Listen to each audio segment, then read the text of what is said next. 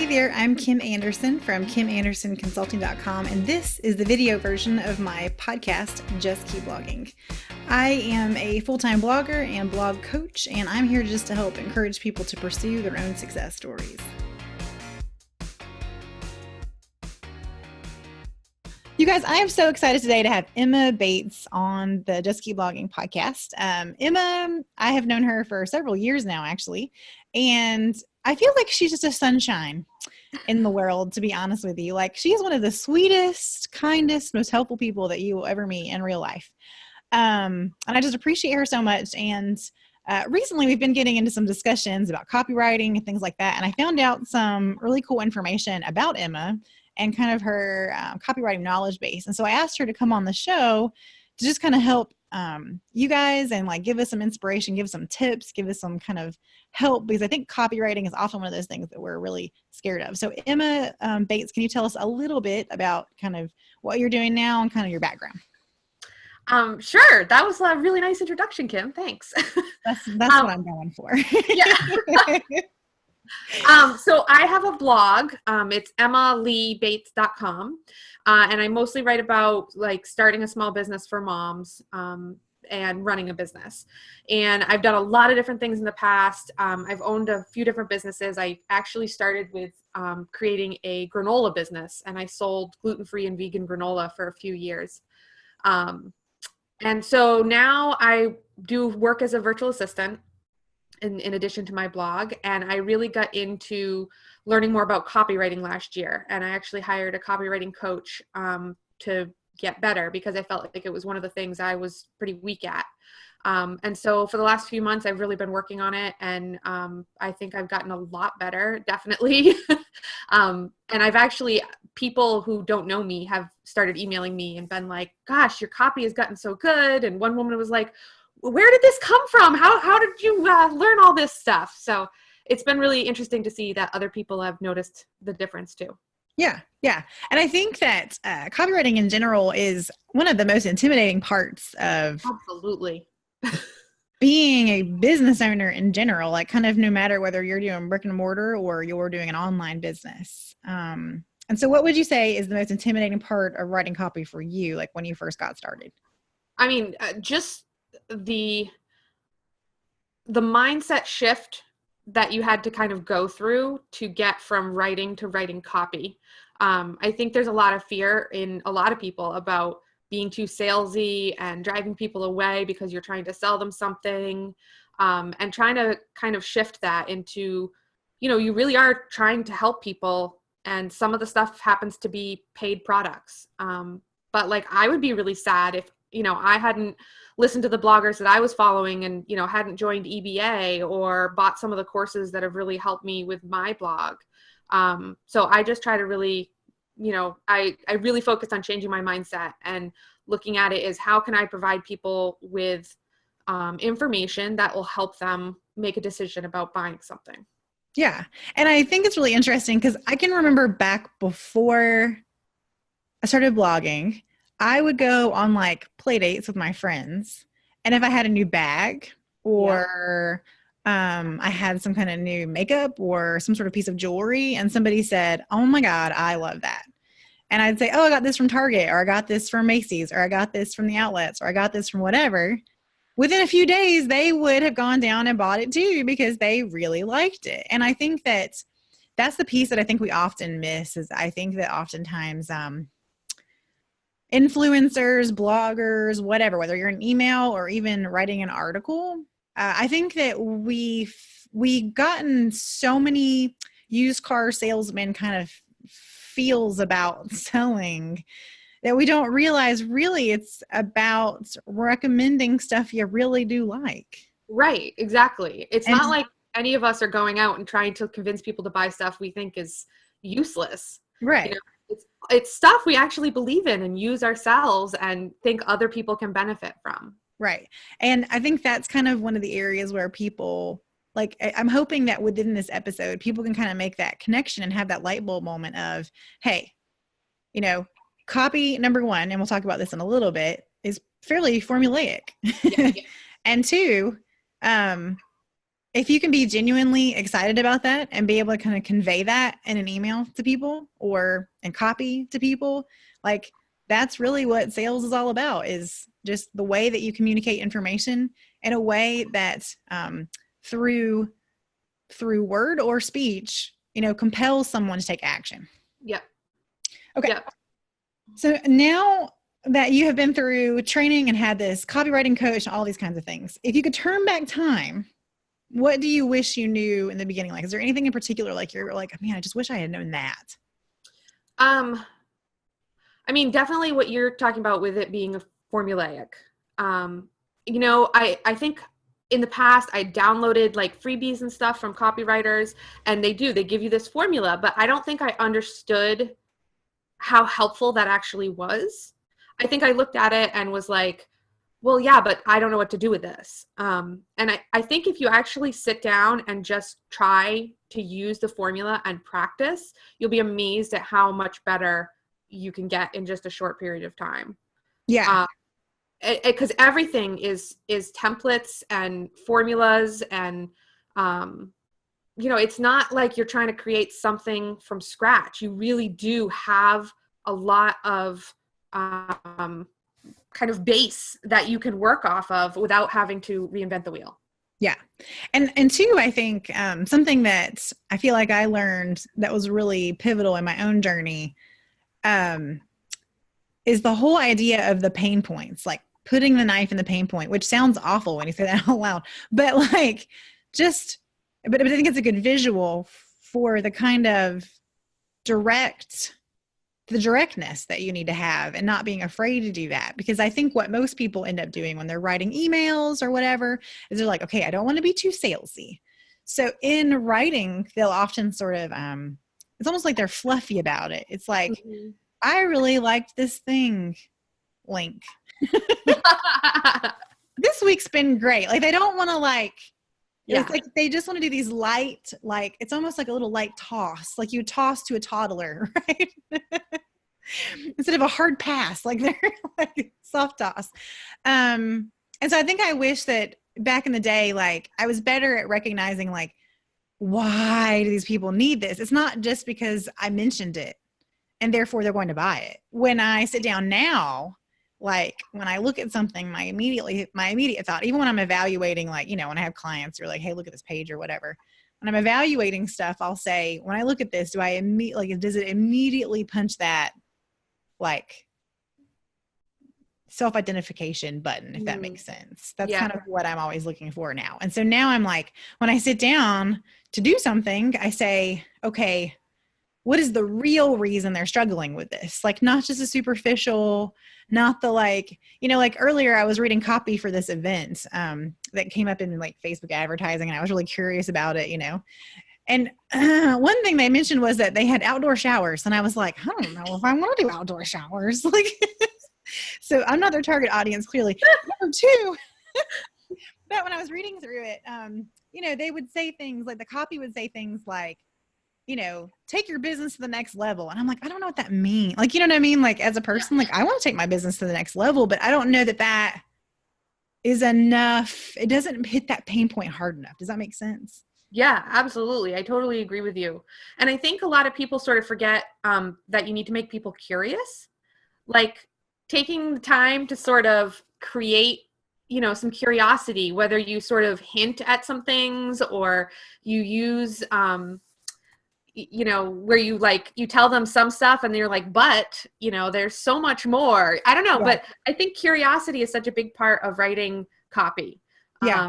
To make people want to click through and find out more and that type of thing. Yeah. But then there's this other fear, right? So we've got that, which we know is an amazing tip, but then people are like, I don't want to be clickbaity. Like, yes, absolutely. But what I'm hoping people walk away with this episode is saying, you know what? You don't have to be spammy. You don't have to be clickbaity. You just need to communicate and think of like, how do you compel people to take action on something they need or want and can benefit from? Yes, absolutely. Okay. All right. So let me give us like your best tips for effective copy, if you don't mind. Definitely create curiosity. That's like a really big one for me. bullet points. I think you've talked before about, what's the book? Story brand? No. Writing copy that sells? Yes. In that one, there's a whole chapter on writing bullet points. And I have gone back to that so many times to just, really try to get good bullet points when I'm writing something. Well, I think that's a great, book everyone should have on their shelf. Yes. Is Copy That Sells by Ray Edwards. And he has a copywriting formula in there. For some reason, my learning style doesn't love that one as much as other ones. Well, it's interesting to me. I think women and men write copy really differently. I think, especially women talking to women, I think it's way different. Yeah. Than when a man is trying to sell something. That's true. And the part of that book, though, like you said, the bullet points, and then there's a section on titles, and that's where I feel like so many people struggle. But he has these five or six main, here's the formulas you use, and these can make compelling titles, hands down, pretty much anytime you want it to. Yeah. So anyway, sorry, go ahead. Also, there's a book, The Ultimate Sales Letter by Dan Kennedy. Cool. And that one's really good. It's a little older, and so he's actually talking about sales letters. But all of the information is really good. Gotcha. So bullet points. I got a great tip from my copywriting coach that I really like. And he said, because people skim, when you do a heading or a bolded section, have it refer to what was above that bolded part instead of what's below, because people will kind of go back to see what they missed. So if you're doing a heading or, a bolded section or something, you want to create curiosity about what's above it. That's interesting. More. Yeah. And I think it works. It's not something I would have ever thought about, but when you do it out, you're like, oh yeah, I do. I want to know what did I just miss, Yeah. So I think that's a really good one. Yeah. And then I think people underestimate how many tools are available online. I actually wrote a blog post recently with a bunch of free tools that you can use, headline tools, and there's this site that has a great grease slide copy tutorial, which is all about transitions and how to keep people reading to the next sentence. And I mean, it's just totally free, and they list all these different ways. Awesome. And it's a great resource. So I think that using some of the online resources as you go, whether it's, just to get a better title or to help with your transitions or just, bullet points, all this stuff, I think it's great to use those tools. Okay. I'll put a link to that in the show notes, and then people can bookmark it so they can go back and find all your tools when they need them when they're reading and stuff. Yeah. Anything else? I'm sure you have a million of them. I have a million. I think sort of the last one I'll go into is it's okay to use references. Don't feel like you have to be the total expert on everything. Mm-hmm. That you can refer to other people, to studies, to whatever is going to help prove your point. You don't have to be the end all be all.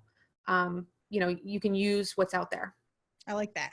I also suggest that people use help. I have so many people, who are clients of mine or whatever, and they're like, Kim, I just want to put all my energy into the blog part, just the writing, the creating, especially people who have really, their content takes a while, whether it's recipes or DIY projects, right? So some people work, day jobs, and some of them are like, I'm satisfied with my day job. I'm going to keep my day job. I don't want my blog necessarily to replace my income or whatever, but I don't have the time to do sales pages or you know what I mean? They're just not, they don't want to add that as one more thing, if that makes sense. Yeah. And so in my experience, I know a lot of bloggers will actually end up hiring people to make their sales pages for them or to write their emails for them, just because they're like, I don't know that I want to learn one more thing. And just like you, for me, I love Pinterest. I still take Pinning Perfect every year. I go through it. I know all about Pinterest. My knowledge base is there. I get in and play in Pinterest. I still have a person who I have outsourced pinning to, just because it's one thing I don't want to add to my plate. Yeah, that was the first thing I outsourced, was Pinterest, because I was like, I don't have time. Yeah. But I can't tell you how many conversations I have where people are just like, man, I wish I could just literally pay someone to do this. And I want to point out that you are doing that now, correct? I am. Yep. I just added a page to my website, Work With Me, and I have 3 different packages that I'm offering right now.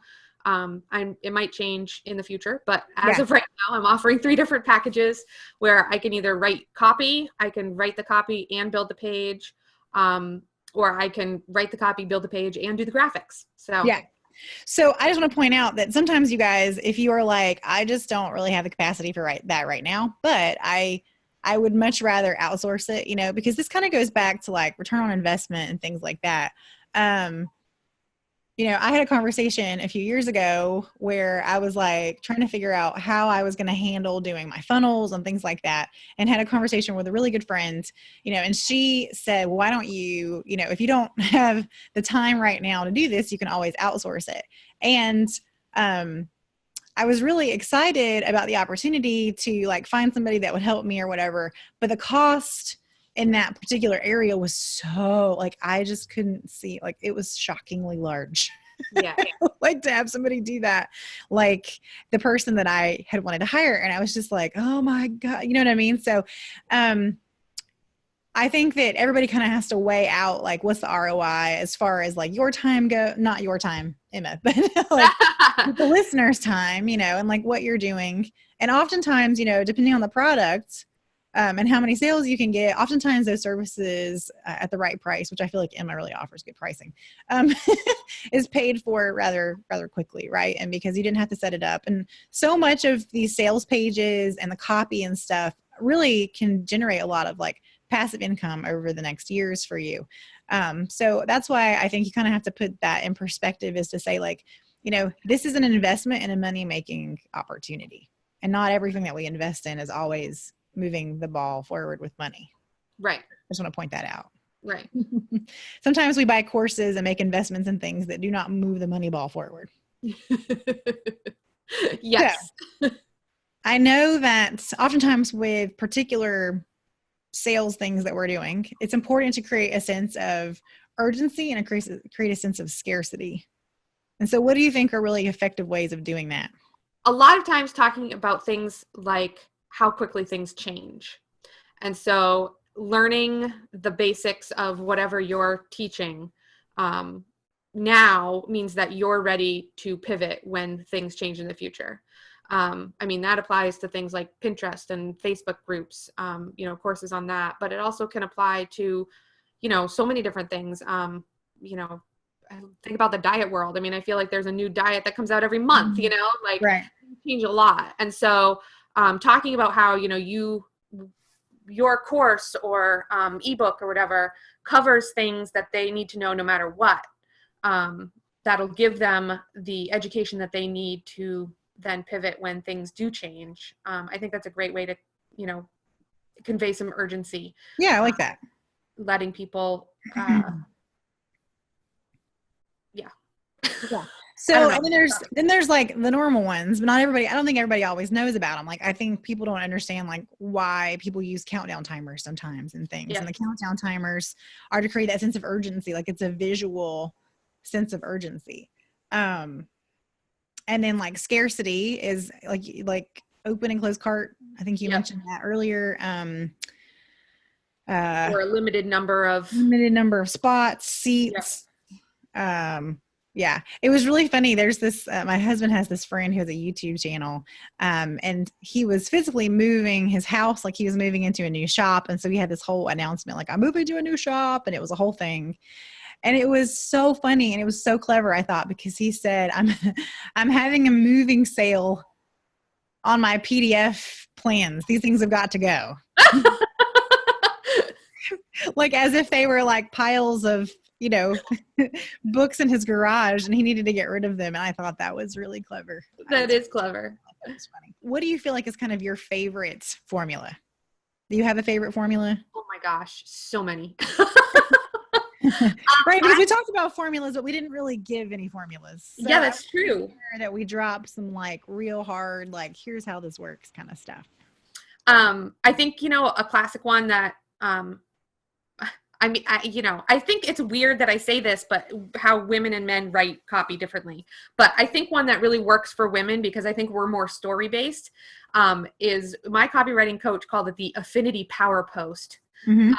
But telling a story and then using that story, pivoting it to then make the point about whatever it is that you're, trying to sell or share with them.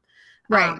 And so I think you see that a lot in emails and on sales pages. And I think it's a good one because I do think women are really drawn to story and both telling stories and hearing stories. So I use that one a lot, definitely. And I think, learning how to pivot, how to go from something that's sort of personal to you and then pivoting so that you make it about them. Mm-hmm. I think that's really good. And I'd say on sales pages, I think it's really important to sort of take yourself out of it in the beginning, and really make it all about the reader. Yeah. And you can introduce yourself later, but really, I think the beginning of sales pages, people forget that you're actually talking to somebody and you should make it about them. Right. And I think that's a really good sort of formula, is to make the beginning all about them and not talk about yourself at all. Right. Or talk about the features. Yep. Because people aren't really like, I think features help sell something, but it's not what I think really puts people over the edge. Yeah. Like it's that transformation, the idea of like, this is how this is going to help you. And even in my own mind, like when I sit down now, when I'm looking at something, I'm like, okay, can I identify the problem? Yeah. Can I identify the solution? Can I identify what my life is going to be like once I have the solution? And then is there a direct call to action? And those are the main things I kind of look for on, I feel like, a compelling sales page when I'm reviewing stuff, is like, can I really quickly identify the problem? Like go through those 4 things really quickly. And then if I can, then I know it's like really compelling. But if I'm reading and I'm starting to get lost about like, like, you know what I mean? Like, what is this about? I like destroy it. So. Yeah. Well, and I think people should start their own swipe files. Like if you find a page that you really like, then, save a copy of it. I have a extension on my Chrome browser that lets you take a shot of the whole page. So even if it's a really long sales page, it'll go through and it makes one nice picture that you can save. So I've been doing that, like on sales pages I really like, because I think, they are all formulas and stuff. And so you can go back and you can take apart that sales page and be like, all right, I really like this section. How can I write this section about my product? Right, exactly. So start a swipe file for yourself and save everything you like. Awesome. All right. Yeah. Well, thank you so much, Emma. And where can they find you? EmmaLeeBates.com. And if they want to get you to help them with their sales pages, they just go to the work with me. Work with me. Okay. Yep. EmmaLeeBates.com/work with me. Yep. Is that right? Thanks again. I really appreciate all these tips, and I really hope that the listeners got some nuggets from today's information, just quick wins about copy. I hope you guys don't feel intimidated, because it's all about just learning and practicing. And that's how everybody gets good at copy. Most people aren't born writing good copy, except for possibly Rosemary Groner. Oh, we should all be like Rosemary. I think Rosemary was born with it. Anyway, I hope you guys have a great day and just keep blogging.